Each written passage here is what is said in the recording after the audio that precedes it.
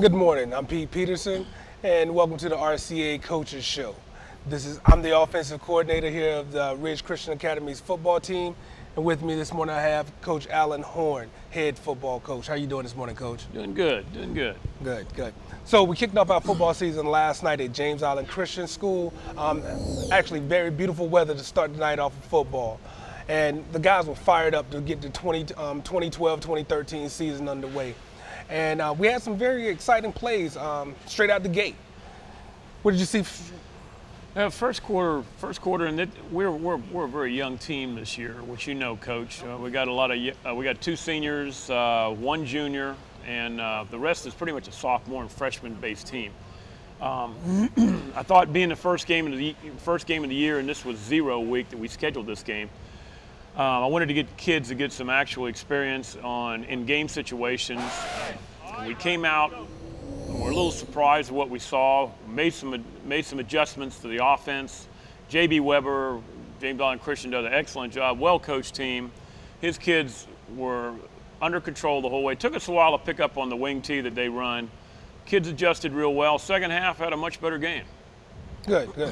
Yeah, and so let's talk about the young players that we have. I know that you said we only have 2 seniors and 1 junior on the team. You want to talk about a couple of the new guys that we have additions to the team? Well, we got 2 seniors on the team. One of them went into the game banged up a little bit. He had playing with a brace. The other senior is Chase James. Both of these guys returning from last year. Both of them are skilled personnel. One we use at an end and the other one's a tailback. Lee Item probably in the game, in scope of things last night, had an exceptional ball game. He pulled down a long reception downfield that we managed to cash in on. And due to the purpose of this brace, he couldn't even get his arm up. So he made a good catch with his body. We ran a couple end traps that he was very successful with, got on the perimeter a couple of times. He was just a real good leader for the game. And Chase James, very solid on defense, had some great tackles, probably the most solid performer we've got on Ridge Christian, especially on the defensive side of the ball. And then the young guys, we had a couple young guys that stepped up. Antonio Rivers, never played football before. Young man's close to 200 pounds. He's an 8th grader, very mobile, very agile. He's going to be a great one if he just stays with it and we can get him indoctrinated to the program. He did a good job. Dennis Berry, another 8th grader who came in, made some big plays on the other side of the ball, sacks, and tough, hard-nosed kid. Both of these guys don't shy away from contact.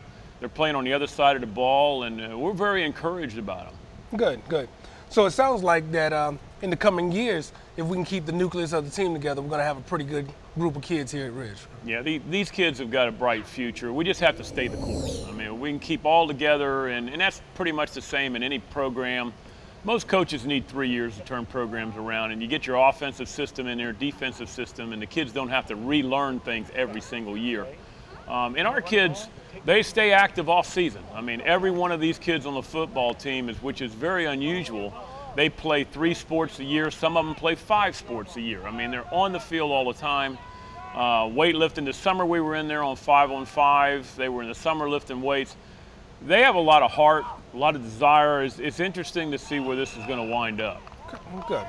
Now, speaking of the kids having to stay in the game so often, can you elaborate a little bit on, I guess, the differences between an 8-man football team and 11-man unit, and the responsibilities on the kid physically? Yeah, and that's a good point. 11-man football and 8-man football, they're both tough in their own respects. 11-man football, when I was coaching at Wando, we had over 100 kids. You had teams and you had packages that you'd put in, goal lines, punt team. 8-man football is a different dimension. You don't get off the field. You got 8 kids out there and all they do is turn around. And your skilled personnel, the guys who have to cover receivers and break away from runs, they just have to be in tremendous shape. Now, yeah, we may not have the dimension that you see with the Big 16, but the effort and heart is tremendous. And what we're building out there on the field with young men for the future, that's what it's all about. So they will go forward through these painful times. And of course, football, you're always going to be hurt, but you got to know the difference between being hurt and being injured. All right, we're going to wrap this segment up, but when we come back, we're going to talk about the second half. We had a lot of very exciting plays.